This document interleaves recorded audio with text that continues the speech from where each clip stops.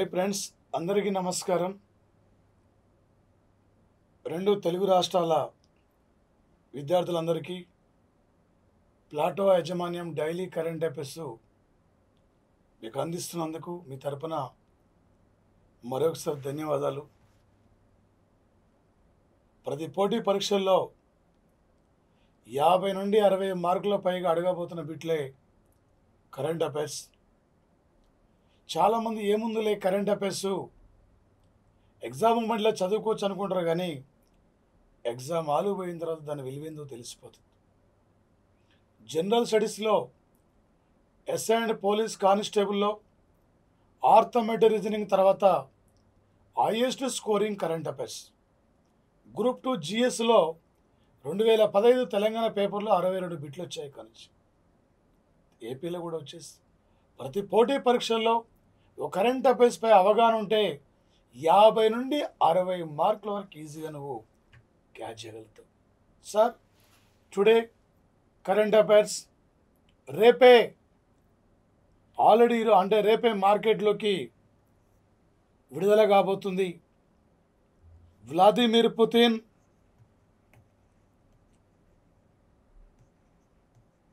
Russia అధ్యక్షుడు. ఇప్పటికి రష్యాలో 7 లక్షల పైగా కరోనా కేసులు ఇక్కడ నమోదైనాయి. విపరీతమైన కరోనా కేసులు ఇక్కడ పెరుగుతున్న సందర్భంలోనే ఈ ప్రపంచానికి తొలిసారిగా కరోనా వ్యాక్సిన్ అందించిన మొట్టమొదటి కంట్రీ రష్యా కంట్రీ సార్. వచ్చేసి 2020 ఆగస్టు 12వ తేదీన రేపు కరోనా వ్యాక్సిన్ రష్యా మార్కెట్లోకి విడుదల చేయబోతుంది సార్. ప్రపంచ దేశాలు ఎవరు తయారు చేస్తారు, ఎవరేంటి, దీనికి వ్యాక్సిన్ లేదా అనుకుంటున్న తరుణంలోనే రష్యా ఈ విధానంలో ముందంజ ఉన్న సంఘటన సార్. ఆల్రెడీ ఈ వ్యాక్సిన్ను వ్లాదిమిర్ పుతిన్ యొక్క కూతురు కూడా ఆమె కరోనా వచ్చింది. ఆమె టీకా ఇచ్చారు. ఆమె శరీరంలో ఉష్ణోగ్రతలు కూడా తగ్గిపోయి యథాస్థితిగా ఆమె రావడం జరిగింది.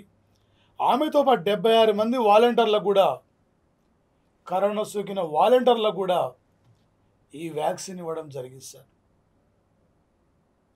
పూర్తి స్థాయిలో ఈ వ్యాక్సిన్ విజయవంతంగా పనిచేస్తున్నందుకే రేపు ఆగస్టు 12వ తేదీన ఈ ప్రపంచంలో తొలిసారిగా ఒక కరోనా వ్యాక్సిన్ ఇక్కడ మార్కెట్లో రాబోతున్న కంట్రీ అంటే అది రష్యా దేశమే సార్. ఇక్కడ ఈ ప్రపంచంలో తొలిసారిగా అంతరిక్షంలో మానవుని పంపుకునే తొలి దేశం ఈ దేశమే. ఒక ప్రపంచంలో తొలిసారిగా అంతరిక్షంలోకి లైకా అనే కుక్కను పంపుకున్న దేశం కూడా ఈ దేశమే. ఈ ప్రపంచంలో అంతరిక్షంలో ఏదైనా విజయం సాధించిన తొలి కంట్రీ రష్యా సార్. ఈ ప్రపంచానికి తొలిసారిగా ఒక కరోనా వ్యాక్సిన్ అందించిన మొట్టమొదటి కంట్రీ కూడా ఏ దేశం అంటే రష్యా కంట్రీ సార్.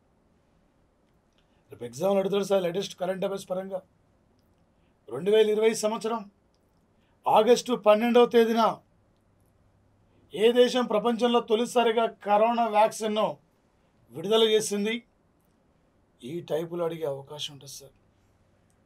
ఇది సార్ ప్రధానంగా లెబనాన్ కంట్రీ. 2020 సంవత్సరం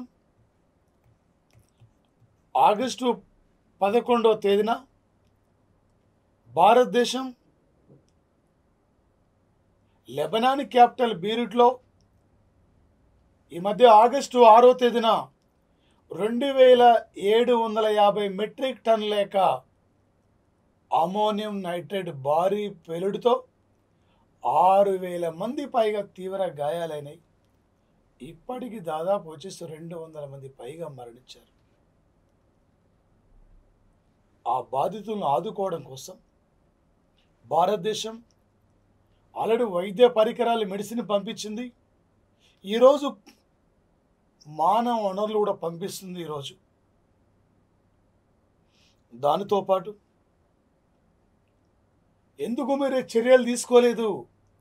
ఎందుకు ఈ ప్రభుత్వం ముందుగా ఇలాంటి సంఘటనలు జరుగుతున్నప్పుడు ఎందుకు జరగడం కంటే ముందే ఎందుకు ఈ నిర్ణయం తీసుకోలేదని చెప్పి లెబనాన్ క్యాపిటల్ బీరూట్లో ప్రజలు పెద్ద ఎత్తున అక్కడి ప్రభుత్వానికి వ్యతిరేకంగా ఉద్యమిస్తే ఈరోజు లెబనాన్ ప్రైమ్ మినిస్టర్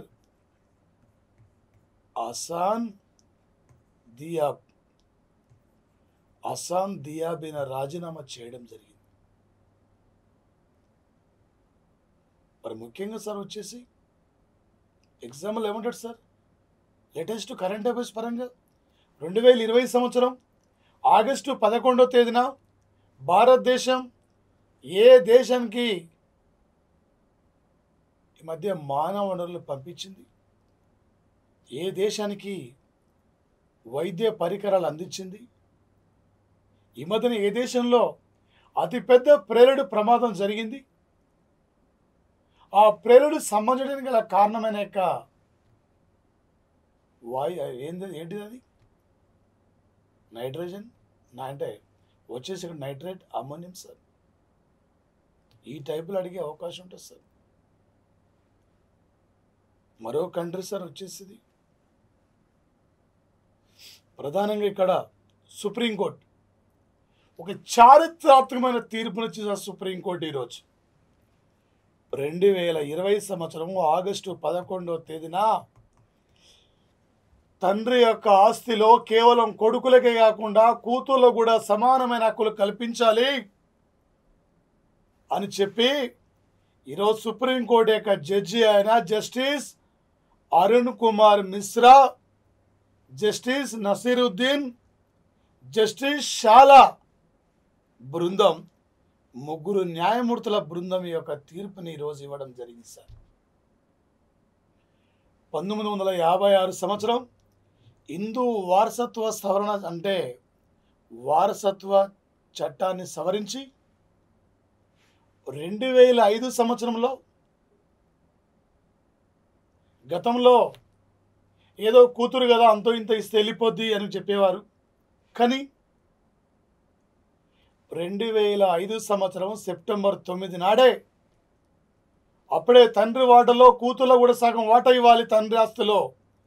తండ్రి లేకున్నా ఉన్నా కూడా తండ్రి మరణించాడు. ఇప్పుడు మరి మరణించిన తండ్రి ఆస్తిలో తండ్రి ఉన్నప్పుడే కాదు, తండ్రి మరణించినా కూడా తండ్రి యొక్క ఆయన సంపాదించి పెట్టిన యొక్క ఆస్తుల్లో కొడుకులతో పాటు కూతుర్లో కూడా సమానమైన యొక్క హక్కులు కల్పించాలని చెప్పి ఒక ప్రత్యేకంగా ఒక చట్టాన్ని తీసుకురావాలని చెప్పి అలా సుప్రీంకోర్టు జస్టిస్ అరుణ్ కుమార్ మిశ్రా నాయకత్వంలో తీర్పిచ్చిన సంఘటన సార్. ఎగ్జాంపుల్ ఏమంటాడు సార్, 2020 సంవత్సరం ఆగస్టు 11వ తేదీన తండ్రి ఆస్తుల్లో కూతుర్లో కూడా సమానమైన హక్కులు కల్పించాలని చెప్పి తీర్పిచ్చిన యొక్క జడ్జీల బృందం ఎవరిది? ఎంతమంది జడ్జీలు తీర్పిచ్చారు? ఏ అంశంపై తీర్పిచ్చారు? ఏ ఇయర్ను తిని ఏ ఇయర్ యొక్క ఏ సంవత్సరానికి ఆధారంగా తీసుకొని ఈరోజు తీర్పిచ్చారు? 2005 సెప్టెంబర్ 9 ఆధారంగా తీసుకొని ఈరోజు తీర్పు ఇవ్వడం జరిగింది సార్. ముఖ్యంగా సార్ అమ్మాయి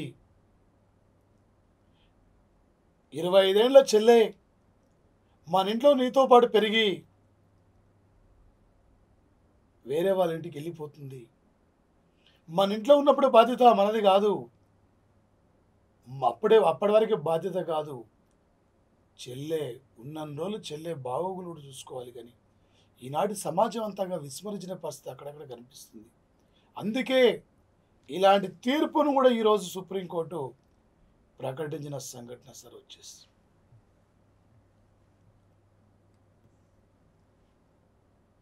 రెండు 2020 సంవత్సరం ఆగస్టు 11వ తేదీన బ్లూంబర్గ్ బిలియనియర్ సంస్థ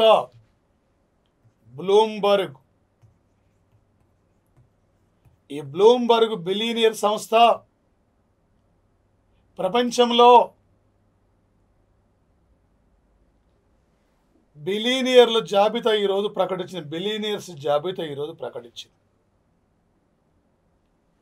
ఈరోజు ఈ జాబితా పరంగా ఒక బిలీనియర్స్ జాబితాలో చోటు పొందిన ఒక వ్యక్తి Apple computer CEO team cook. Team Cook sir. Apple computer వ్యవస్థాపకుడు స్టీవ్ జాబ్స్. బ్లూంబర్గ్ బిలీనియర్ సంస్థ ప్రకారం ఒక బిలీనియర్స్ జాబితాలో ఫస్ట్ ప్లేస్లో ఉన్న వ్యక్తి Amazon company CEO Jeff Bezos. Microsoft company వ్యవస్థాపకుడు బిల్ గేట్స్ రెండో స్థానం. ఫేస్బుక్ వ్యవస్థాపకుడు మార్క్ జుకెన్బర్గ్, ముఖేష్ అంబానీ. ఇలా వాళ్ళ జాబితాలో చోటు పొందిన వ్యక్తి అంటే Tim Cook sir. Latest example ఏమంటాడు సార్? ఈ క్రింది వాళ్ళలో బిలీనియర్ జాబితాతో సంబంధం లేని వారు ఎవరు? Sundaram Pichai, Satya Nadella Chowdary, Arvind Krishna, Ajay Bagga, Tim Cook. ఇలా అడుగుతాడు సార్. వాళ్ళందరూ కూడా వివిధ కంపెనీల సిఇఓలు. సుందరం పిచాయ్ గూగుల్ సంస్థ సిఇఓ, సత్య నాదెల్ల చౌదరి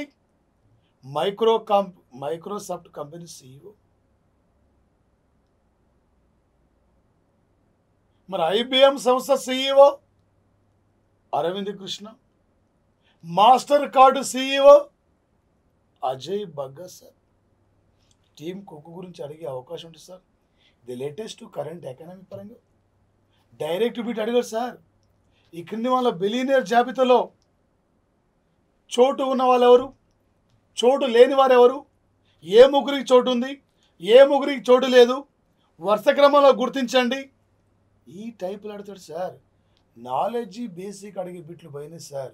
పూర్తిగా అభ్యర్థికి ఎంతవరకు అవగాహన ఉంది సబ్జెక్టు పైన ఆ లెవెల్ అడగబోతున్న బిట్లు ఉంటాయి సార్. ఇక్కడ నుంచి ఆ విధంగా మీరు గుర్తుపెట్టుకోవాలి సార్. మరి మరొకటి సార్, ఇక్కడ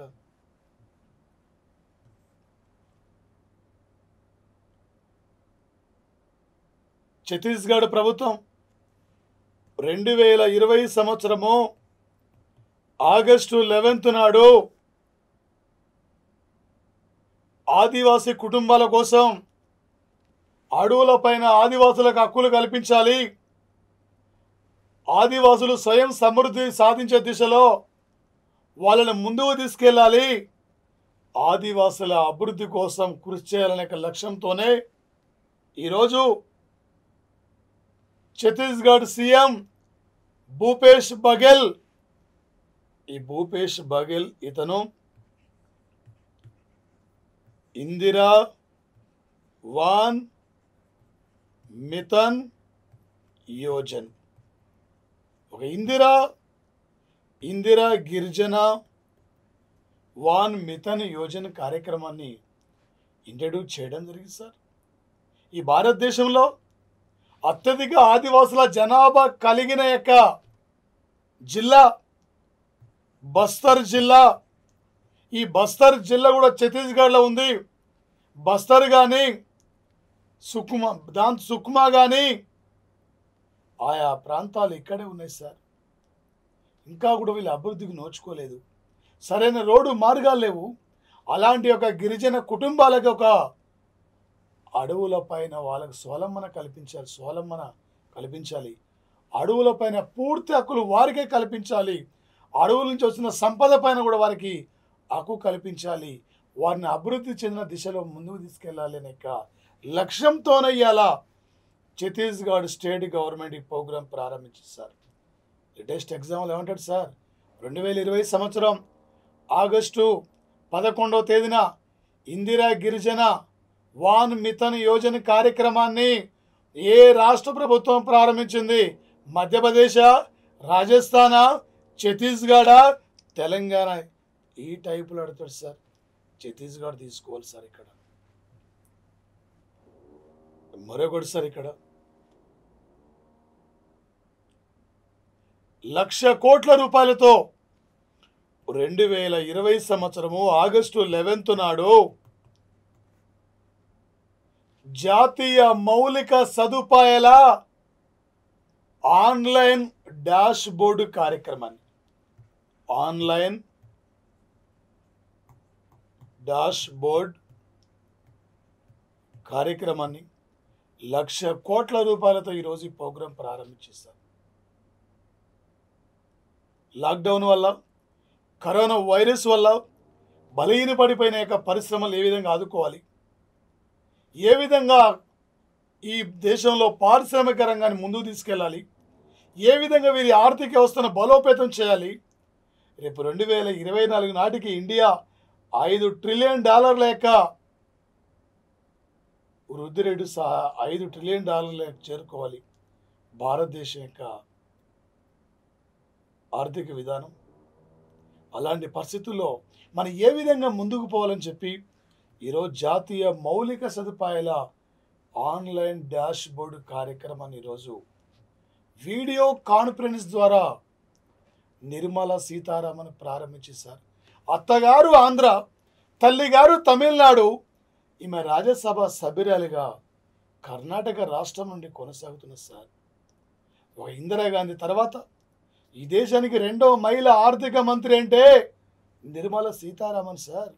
ఒక ఇందిరాగాంధీ తర్వాత ఈ దేశానికి రక్షణ శాఖ మంత్రిగా పనిచేసిన 2వ మహిళ అంటే నిర్మలా సీతారామన్ సార్. ఈమె దేశ అభివృద్ధిని ఏ విధంగా గట్టెక్కించాలి, దేశ ఆర్థిక వ్యవస్థను ఏ విధంగా ముందుకు తీసుకెళ్ళాలి, ఏ విధంగా పరిశ్రమల బలోపేతానికి మనం అక్కడ అవకాశాలు కల్పించాలని చెప్పి ఈరోజు ఈ కార్యక్రమాన్ని ఏమే ఇంట్రడ్యూస్ చేయడం జరిగింది సార్. ఎగ్జాంపుల్ ఏమంటాడు సార్, ఈ మధ్యనే మౌలిక సదుపాయాల అభివృద్ధి కోసం జాతీయ స్థాయిలో మౌలిక సదుపాయాల ఆన్లైన్ డాష్ బోర్డును ఎవరు ప్రారంభించారు? ప్రజెంట్లీ ఈమె ఏ స్టేట్ నుండి రాజ్యసభ సభ్యురాలు కొనసాగుతుంది? ఈమె ఇండియాకి ఎన్నో మహిళ ఆర్థిక మంత్రి? ఈ టైప్లో అడగబోతున్న బిట్లుంటాయి సార్. ప్రధానంగా వచ్చేసి ఇక్కడ సార్ జమ్మూ కాశ్మీర్,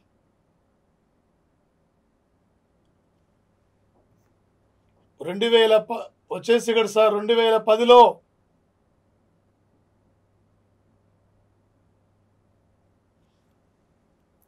అప్పట్లోనే జమ్మూ కాశ్మీర్ రాష్ట్ర రాజకీయాలపైన ఒక ఆలోచనకు వచ్చారు. అలాంటి పరిస్థితుల్లో ఒక సివిల్ సర్వీసులో ఒక మంచి ర్యాంకర్గా, సెకండ్ ర్యాంకర్గా పొజిషన్లో ఉండి ఒక ఐఏఎస్ సాధించి సెకండ్ ర్యాంకర్గా సెలెక్ట్ అయ్యి కొన్ని రోజుల పాటు ఐఏఎస్గా పనిచేసి జమ్మూ కాశ్మీర్లో ఉన్న సమస్యలపైన అవగాహన చేసుకొని జమ్మూ కాశ్మీర్లో ఒక రాజకీయ పార్టీ నేను ఏర్పాటు చేస్తా, జమ్మూ కాశ్మీర్ ఈ దేశంలో అభివృద్ధి పదంలో ముందుకు నడవాలంటే రాజకీయ పార్టీ ఏర్పాటు చేసి నేను అధికారంలో రావాలని చెప్పి ప్రజల్లో రాజకీయంగా మార్పు తేవాలని చెప్పి కలలుగా ఉన్న వ్యక్తి ఆయన. ఒక మంచి సివిల్ సర్వీస్ ర్యాంకర్, ఐఏఎస్ అధికారిగా పనిచేసిన వ్యక్తి షా ఫైజల్ సార్. ఇతను 2019 సంవత్సరము మార్చి 21 నాడు జమ్మూ కాశ్మీర్ పీపుల్స్ మూవ్మెంట్ అనే ఒక పార్టీ పెట్టాడు sir. Jammu Kashmir people's movement అనే పార్టీని స్థాపించి ముందుకు పోతున్న తరుణంలోనే కేంద్ర ప్రభుత్వం ఎప్పుడైతే 2019 ఆగస్టు 5 నాడు జమ్మూ కాశ్మీర్ సంబంధించిన ప్రత్యేకమైన యొక్క ఆర్టికల్ 370 ఆర్టికల్ ఇక్కడ రద్దుపరిచిందో అక్కడ ఉన్న నాయకులందరినీ కూడా హౌస్ అరెస్టు చేయడం జరిగింది సార్. 1 ఇయర్ తర్వాత ఈయన హౌస్ అరెస్ట్ అయి ఈరోజు ఆగస్టు 11th నాడు హౌస్ అరెస్ట్ నుండి విముక్తి లభించి నిర్బంధం నుండి విముక్తి లభించి షా ఫైజల్ ఇక నాకు రాజకీయాలు వద్దు నాయనా, నేను రాజకీయాల నుండి తప్పుకూడునని చెప్పి రాజకీయాలకు గుడ్ బై చెప్పిన వ్యక్తి షా ఫైజల్ సార్. ఈయన ఐఏఎస్ పదవికి రాజీనామా చేశారు సార్. ఈ భారతదేశంలో రాజకీయాలు తట్టుకోవాలంటే మామూలుగా సార్. ఏమా హేమీలే వచ్చేసి ఇక్కడ పోరాడుతూనే ఉంటూనే ఉన్నారు సార్. ఎగ్జామ్లో లేటెస్ట్ కరెంట్ అఫైర్స్ పరంగా ఏమంటాడు సార్? 2020 ఆగస్టు 11th నాడు జమ్మూ కాశ్మీర్ రాష్ట్ర రాజకీయాలకు గుడ్ బై చెప్పిన మాజీ ఐఏఎస్ అధికారి ఎవరైనా షా ఫైజల్.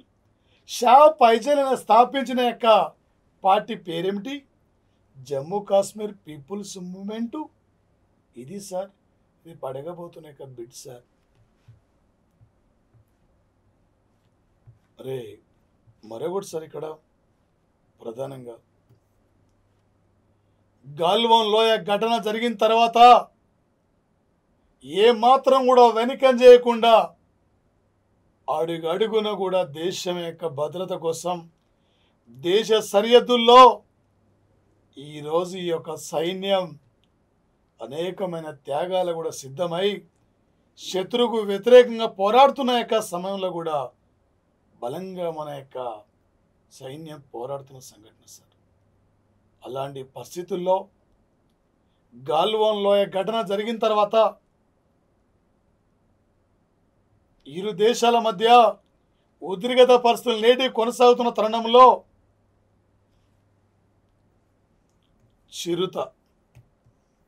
చిరుత ప్రాజెక్టును మళ్ళీ పునఃప్రారంభించాలనే లక్ష్యంతో 3 లక్షల కోట్ల రూపాయలతో మధ్యలో ఆగిపోయిన చిరుత ప్రాజెక్టులను మళ్ళీ ఈరోజు పునఃప్రారంభించడం జరిగింది సార్. సైన్యం ఇలా రఫేల్ యుద్ధ విమానాలు, హాక్ యుద్ధ విమానాలు బ్రిటిష్ వారివి, దాంతోపాటు అక్కడ చీనూక్ అపాచీ యుద్ధ హెలికాప్టర్లు సరిహద్దులో చక్కర్లు కొడుతున్న పరిస్థితి సార్. ఈరోజు ఉన్నత స్థాయి అధికారుల సమావేశాలు జరుగుతున్నా కూడా చైనా తీరు, ఇంకా కూడా చైనా సైన్యాలు అక్కడ నుండి వెనుదిరిగి పోకుండా అక్కడే ఉన్న పరిస్థితుల్లో మన సైన్యం అనుకున్న ప్రాజెక్టులు ఆగిపోతున్నాయి. ఆ ప్రాజెక్టులు మళ్ళీ పునర్నిర్మించాలని చెప్పి ఆ చిరుత ప్రాజెక్టుని ఇక్కడ మళ్ళీ పునర్నిర్మాణానికి ఈరోజు శ్రీకారం చుట్టింది సార్ ఈ ఆర్మీ. ఎన్ని అవార్డులు ఇచ్చినా కూడా ఈ సైనికుల యొక్క త్యాగాలు మనం మర్చిపోలేం సార్. ఎప్పుడు కూడా ఈ సైన్యానికి భారత బలం ఎప్పుడు కూడా రుణపడి ఉంటాం సార్. ఆయన క్షణం కూడా శత్రువుకు వ్యతిరేకంగా పోరాడుతూ ఎల్లవేళ ఈరోజు మనల్ని కాపాడి ఎంతో కూడా దేశంలో అభివృద్ధిలో కూడా భాగస్వామ్యం చేస్తూ దేశానికి అనేక రకాల సేవలు అందిస్తున్న యొక్క సైనికులందరూ కూడా మరొకసారి మనసారా మన సెల్యూట్ కొట్టాలి సార్. మరి ముఖ్యంగా సార్ ప్రధానంగా ఇక్కడ ఒక 2020 సంవత్సరము ఆగస్టు 11th నాడు అంతర్జాతీయ క్రికెట్ కౌన్సిల్ అంతర్జాతీయ క్రికెట్ ఎంపైర్స్ ప్యానెల్లోకి ఎంపైర్గా ఈరోజు నియమితులైన వ్యక్తి ఎన్ అనంత పద్మనాభన్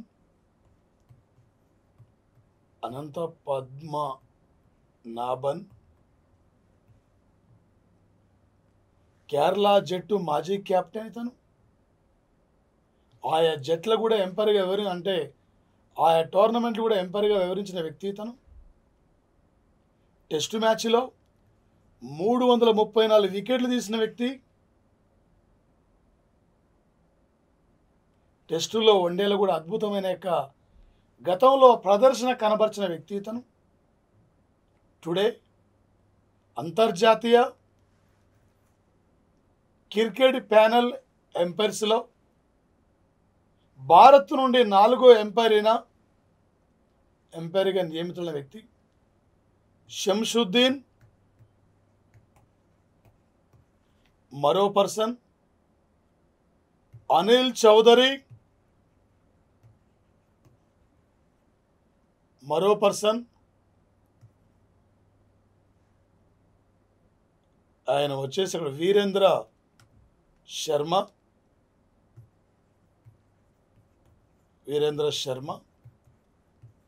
ఎన్ అనంత పద్మనాభన్. ఈరోజు ఒక అంతర్జాతీయ క్రికెట్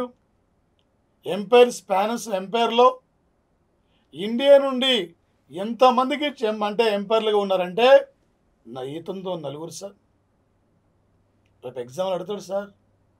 2020 ఆగస్టు 11 నాడు అంతర్జాతీయ క్రికెట్ ఎంపైర్స్ ప్యానెల్లో ఎంపైర్గా నియమితులైన భారతీయుడు ఎవరైనా ఇండియా నుండి ఎన్నో వ్యక్తి తను ఈ లెవెల్లో అడిగే అవకాశం ఉంటుంది సార్. మరి ముఖ్యంగా నిన్న ఆగస్టు 8, 9 ఆ మూమెంట్లో ఆయన మాట్లాడుతూ జపాన్ ప్రధానమంత్రి షింజో అబే అంటున్నాడు, ఆగస్టు 6, 9 తేదీ నాటికి హిరోషిమా, నాగసాకిలపై అమెరికా అణుబాంబు దాడి చేసి 75 ఏళ్ళు కంప్లీట్ అయినాక సంఘటన సార్. అలాంటి పరిస్థితుల్లో ఇక అణ్వాయుధాలకు స్వస్తి చెప్పుదాం, అణ్వాయుధాలను పక్కన పెడదాం, అభివృద్ధి చూపించుకుందాం, అభివృద్ధిలో ముందుకు పోదాం. వెపన్స్ అక్కడ పోటీపడి కొనుగోలు చేయకండి, అణ్వాయుధాలను నిషేధించండి అని చెప్పి అలా షింజో అబే పిలుపునిస్తున్న సంఘటన సార్. ఇలా ప్రపంచంలో అత్యధికంగా విదేశాల నుండి వెపన్స్ను కొనుగోలు చేస్తున్న కంట్రీ అంటే సౌదీ అరేబియా, 2వ దేశం అంటే భారతదేశం sir. The father of the all bombs అంటే the father of the all bombs Russia, the mother of the all bombs America country sir. ముఖ్యంగా వచ్చేసి ఈరోజు ఒక బెలారస్ కంట్రీ,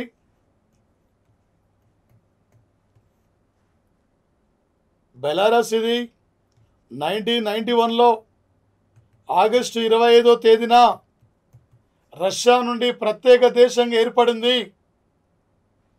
అలాంటి బెలారస్ కంట్రీకి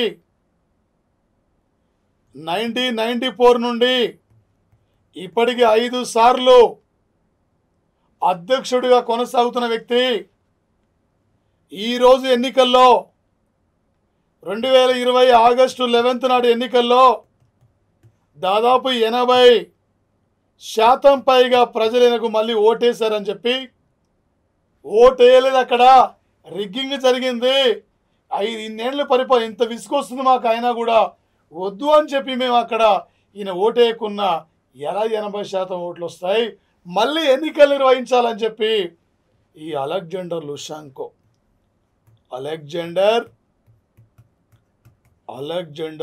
లుషాంకో ఈయన అధ్యక్ష పదవి నుండి తప్పుకొని మళ్ళీ అక్కడ ఎలక్షన్ జరగాలని చెప్పి ఈరోజు పెద్ద ఎత్తున బెలారస్ కంట్రీలో ప్రజలు ఉద్యమిస్తున్న సంఘటన సార్. రేపు ఎగ్జామ్లు అడుగుతారు సార్. ఏ దేశ అధ్యక్షుడు వ్యతిరేకంగా ప్రజలు మళ్ళీ ఎలక్షన్ నిర్వహించాలని చెప్పి ఉద్యమిస్తున్నారు. ఇటీవల వార్తలకు వస్తున్న అలెగ్జాండర్ లుషాంకో ఏ దేశం యొక్క అధ్యక్షుడు తను? బెలారస్ వచ్చేసి ఇది ఏ దేశం నుండి ప్రత్యేక దేశంగా ఏర్పడింది? రష్యా నుండి సార్. ఇలా అడగబోతున్న అంశం ఉంటుంది సార్. మరొకటి, ఒకవైపు కరోనా వైరస్, మరొక వైపు వచ్చేసి ఆర్థిక ఇబ్బందులు, ఇంకోవైపు ప్రకృతి ఇబ్బందులు. ఇలాంటి పరిస్థితుల్లో నేపాల్, బంగ్లా, ఇండియా దేశాలకు ఇలా తుఫాను ప్రమాదానికి గురవుతున్నాయి, వర్ష ప్రభావంతో ఇబ్బంది పడుతున్నాయి. ఇలాంటి దేశాలను ఆర్థికంగా ఆదుకోవాలని చెప్పి యూరోపియన్ యూనియన్ సంస్థ 2020 ఆగస్టు 11 నాడు ముందుకొచ్చి బంగ్లాదేశ్కు 1.65 మిలియన్ యూరోల ఆర్థిక సాయాన్ని కూడా ప్రకటించింది. ఆర్థికంగా ఇబ్బంది పడుతున్నా వర్షం వల్ల వరద ప్రభావితం వల్ల ఇబ్బంది పడుతున్నా ఈ దేశాలను ఆదుకోవాలని చెప్పి నేపాల్, బంగ్లా, ఇండియా దేశాలు అక్కడ వరద ప్రభావిత ప్రాంతాలు అక్కడ ముంపుకు గురవుతున్న చాలా ప్రాంతాలు కూడా వ్యవసాయ రంగం కూడా పూర్తిగా కొలాప్స్ అవుతుంది. కాబట్టి అలాంటి పరిస్థితుల్లో ఈ దేశాలను ఆదుకోవాలని చెప్పి ముందంజగా ఈరోజు బంగ్లాకింత ఆర్థిక సహాయాన్ని ప్రకటించిన సంఘటన సార్. ఈరోజు 2020 సంవత్సరం ఆగస్టు 11 నాడు నరేంద్ర మోడీ 10 రాష్ట్రాల సీఎంలతో వీడియో కాన్ఫరెన్స్ నిర్వహించారు. అందులో తెలంగాణ, అందులో ఏపీ, అందులో మహారాష్ట్ర, అందులో గుజరాత్, అందులో తమిళనాడు సుమారు అత్యధికంగా కరోనా వైరస్ అక్కడ పెరుగుతున్న రాష్ట్రాల కరోనా కేసులు పెరుగుతున్న రాష్ట్రాలను 10 రాష్ట్రాలకు గుర్తించి ఆ 10 రాష్ట్రాల ముఖ్యమంత్రులతో కరోనా వైరస్ నిర్మూలన కోసం మీరు ఏ విధంగా చర్యలు తీసుకుంటున్నారు, ఏ విధంగా ముందుకు పోతున్నారు, ఏ విధంగా ప్రజలకు మీరు అవగాహన కల్పిస్తున్నారు, మీ 10 దేశాలు కనుక ఈ కరోనా కేసులను కట్టడి చేస్తే 80% పైగా మనం ఇక కరోనాపై పోరులో విజయం సాధించినట్లే. అందుకే మీరు జాగ్రత్తగా టెస్టులు చేయండి, కరోనా వైరస్ పైన ప్రజలకు ఇంకా అవగాహన కల్పించండి. దానితో పాటు వచ్చేసి అక్కడ ఈ కట్టడి చేయండి కరోనా వైరస్ పైన అని చెప్పి ఈరోజు ప్రధానమంత్రి వీడియో కాన్ఫరెన్స్ ద్వారా ఆయా రాష్ట్రాల సీఎంలతో మాట్లాడుతున్న సంఘటన సార్. వచ్చేసి ప్రపంచంలో అత్యధికంగా కరోనా టెస్టులు చేస్తున్న కంట్రీ అమెరికా తర్వాత 2వ దేశం అంటే భారతదేశమే సార్. ఎగ్జాంపుల్ ఏమంటాడు సార్ లేటెస్ట్ కరెంట్ అఫైర్స్ పరంగా ఇప్పటివరకు ప్రపంచంలో అత్యధికంగా కరోనా టెస్టులు చేస్తున్న దేశం ఏది? ఇండియా. ఎన్నో స్థానం. ఈ ప్రపంచానికి తొలిసారిగా కరోనా వ్యాక్సిన్ పరిచయం చేసిన కంట్రీ పేరేమిటి? ఈ మధ్యనే వార్తలకు వస్తున్నా అలెగ్జాండర్ లుషెంకో ఏ దేశానికి 5 సార్లు ప్రెసిడెంట్గా ఎన్నికయ్యాడు? ఈ మధ్యనే భారతదేశం ఏ దేశానికి సాయంగా మానవ వనరుల బృందాన్ని పంపించింది? లెబనాన్ కంట్రీకి. అంతర్జాతీయ క్రికెట్ ప్యానెల్లో ఎంపైర్గా నియమితులైన 4వ భారతీయుని పేరేమిటి? అడవుల పైన గిరిజనుల హక్కుల కోసం, గిరిజనుల అభివృద్ధి కోసం, గిరిజనులు స్వావలంబన సాధించే విధంగా ఇందిరా గిరిజన వినామితన్ కార్యక్రమాన్ని ఏ రాష్ట్ర ప్రభుత్వం ప్రారంభించింది? నేపాల్, బంగ్లా, ఇండియా దేశాలకి వరద ప్రభావితం జరుగుతుంది కాబట్టి ఏ సంస్థ ఈ దేశాలకు ఆర్థికంగా సాయం చేయడానికి ముందుకు వచ్చింది? ఈ టైపులో రేపు ఎగ్జామ్లో అడగబోతున్న బిట్లుంటాయి సార్. ఏ సంవత్సరం తీర్పును ఆమోదించాలని చెప్పి సుప్రీంకోర్టు ఇలా సంచలనమైన తీర్పిచ్చింది. తండ్రి ఆస్తిలో కూతుళ్ళలో కూడా సమానమైన హక్కు అని చెప్పి ఇది లేటెస్ట్ పాలిటీ పరంగా అడుగుతాడు సార్. లేటెస్ట్ కరెంట్ ఎకనామీ పరంగా సార్ 2020 ఆగస్టు 11 నాడు ఎన్ని కోట్ల రూపాయలతో జాతీయ మౌలిక సదుపాయాల ఆన్లైన్ డాష్బోర్డ్ కార్యక్రమాన్ని నిర్మలా సీతారామన్ ప్రారంభించింది?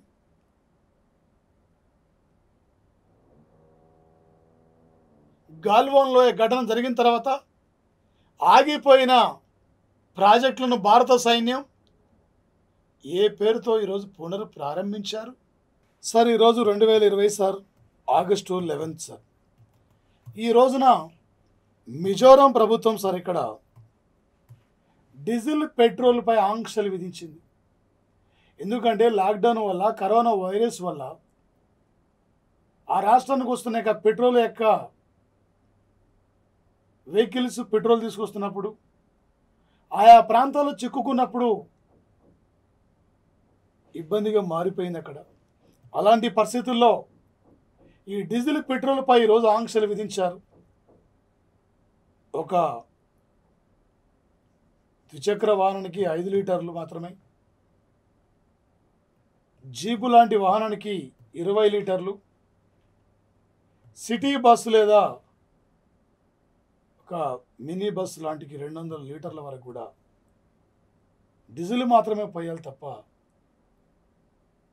ఎక్కువ పోస్తే పెట్రోల్ బంకులు సీజ్ చేస్తామని చెప్పి ఈరోజు ఆంక్షలు విధించేశారు.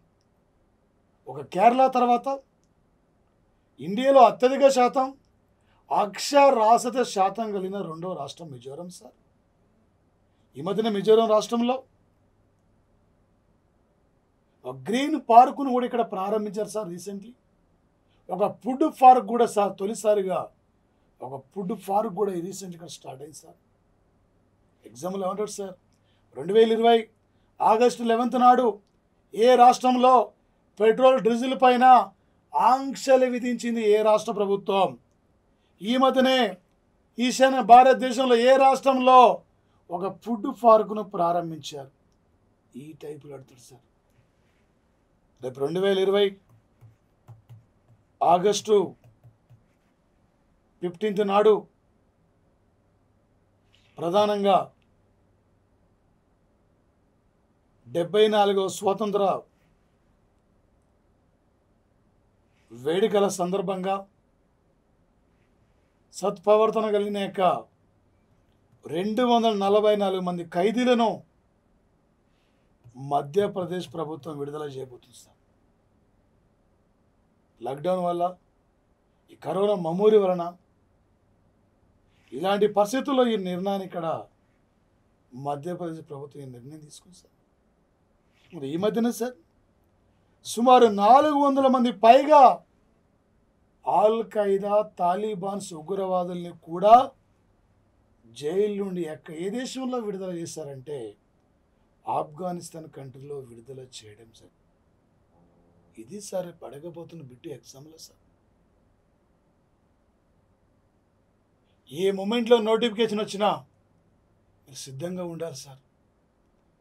లాక్డౌన్ వల్ల, కరోనా వైరస్ వల్ల లక్షలాది మంది కూడా, దేశంలో కోట్లాది మంది కూడా యువత ఇలా ఉద్యోగాలు లేక, ప్రైవేటు ఉద్యోగాల స్వస్థబలికి ఆర్థిక ఇబ్బందులు పడుతూ ఒక గవర్నమెంట్ జాబ్ ఉంటే బాగుంటుందని చెప్పి ఆలోచించి అలా ప్రిపరేషన్ స్టార్ట్ చేశారు సార్. లక్షల మంది రేపు మన పోటీలో రాబోతున్నారు.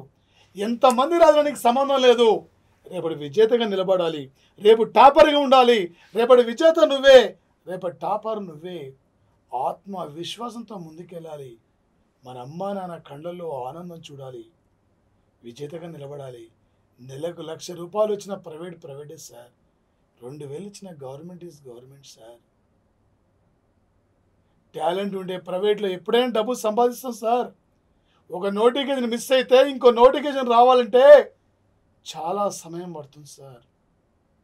అందుకే రేపు సెప్టెంబర్ లేదా అక్టోబర్లోనే బలం అంటే భారీ నోటిఫికేషన్ రాబోతుంది 2 రాష్ట్రాల్లో. ఒక ప్లాన్ పరంగా, ఒక పద్ధతి పరంగా, ఒక వేతో మీరు ప్రిపేర్ కండి sir. Half an hour geography, half an hour polity, half an hour ఏదో కాకుండా ఇప్పుడే ఒక మంచి టైం టేబుల్ చేసుకుంటే రేపటి విజేతగా నువ్వు నిలబడగలుగుతావు సార్. Thank you sir. మీకు డైలీ కరెంట్ అఫైర్స్ అందిస్తున్నాం ప్లాటో సంస్థ యజమానికి. ఇంకా ఈ ప్లాటో ఒక డైలీ కరెంట్ అఫైర్స్ను మీ ఫ్రెండ్స్ అందరూ షేర్ చేయండి, సబ్స్క్రైబ్ కాండి. దాంతోపాటు మీ ఫ్రెండ్స్ ఇంకా తెలియపరచండి. ఎందుకంటే చాలామంది దూరం అయిపోయారు అక్కడ ఈ కాంపిటీషన్కు. మళ్ళీ తిరిగి వచ్చే విధంగా ఆ స్టూడెంట్ ఫ్రెండ్స్ అందరూ ప్రోత్సహించి మీరందరూ రేపటి అంటే ప్రతి పోటీ పరీక్షలు మీరే రేపటి విజేతలుగా టాప్ స్థాయిలో ఉండాలి సార్. నీ తర్వాతనే వేరే వాళ్ళకు జాబ్ సార్. ఎన్ని రోజులు వేస్ట్ తిరిగిన ఒట్టిదే సార్. Government is government. 2.5 గంటలు కష్టపడితే నువ్వు నీ కుటుంబం రేపు 36 ఏళ్ళు గవర్నమెంట్ సర్వీస్లో ఉంటారు sir. Thank you. All the best. Thank you sir. Thank you.